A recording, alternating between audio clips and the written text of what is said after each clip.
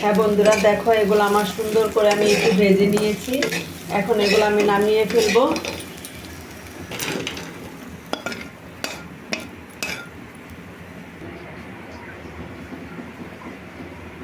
অল্প তেল দিয়ে নিলাম, পেঁয়াজ, রসুন থেতু করে নিয়েছি।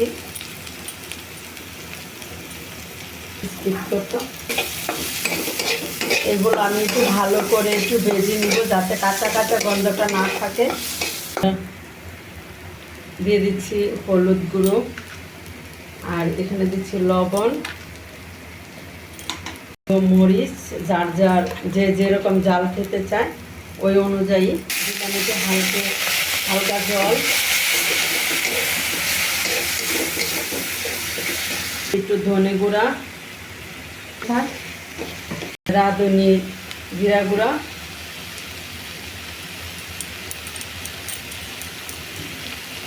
দিয়ে দিচ্ছি টমেটো। এটাতে আমি আর একটু জল অ্যাড করে দিব।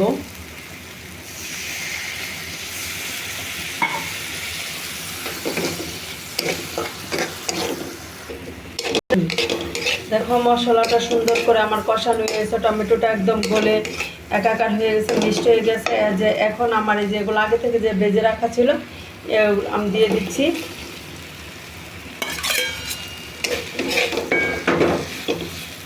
সুন্দর একটা মানে কম্বিনেশন আছে এটা, যে ভুট্টার কালারটা, আলুর কালারটা, টমেটোর কালারটা সব মিলিয়ে আসলে সত্যি খুব সুন্দর লাগতেছে দেখতে। এখন খাওয়ার সময় বোঝা যাবে যে এটা কেমন হয় খেতে। ফার্স্ট টাইম আমি রান্না করেছি, আর আমাদের এলাকায় তো এটা অ্যাভেলেবেল ভুট্টা নাই, আমি বাজার থেকে কিনে এনেছিলাম। এখন এটা আমি রান্না করতেছি, দেখি কেমন হয়।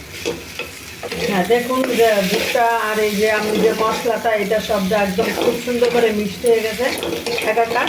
এখন আমি এটাতে আমার পরিমাণ মতন কিছু পানি অ্যাড করে দিব, মানে জল। অত বেশি দিব না, ঢাকা দিয়ে দিব। এটা বলক উঠুক, হ্যাঁ, যাতে ভুট্টাটা আর একটু সিদ্ধ হয়ে এটার যে মশলাটা আছে এটা যাতে ভুট্টাটার ভিতরে যায়। তার কিছু মটরশুঁটি দিয়েছি।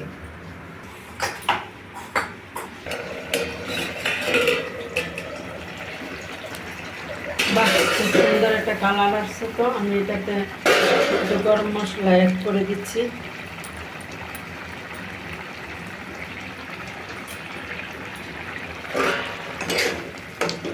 আমার ঝোলটা একটু গাঢ় গাঢ় হয়েছে। আমার রান্নাটা প্রায় কমপ্লিট। এখন শুধু খালি দেখতে হবে যে কেমন হয়েছে। আমি এখন মনিকে হাতের মধ্যে একটু দিব, মনি খেয়ে বলবে কেমন হয়েছে। কি করে নিচ্ছে,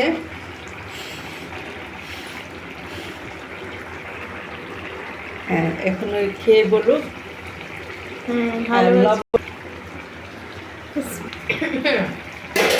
ওকে বন্ধুরা, নামিয়ে নিচ্ছি। এখন নামিয়ে নিচ্ছি আমার এই প্রথম রান্না করা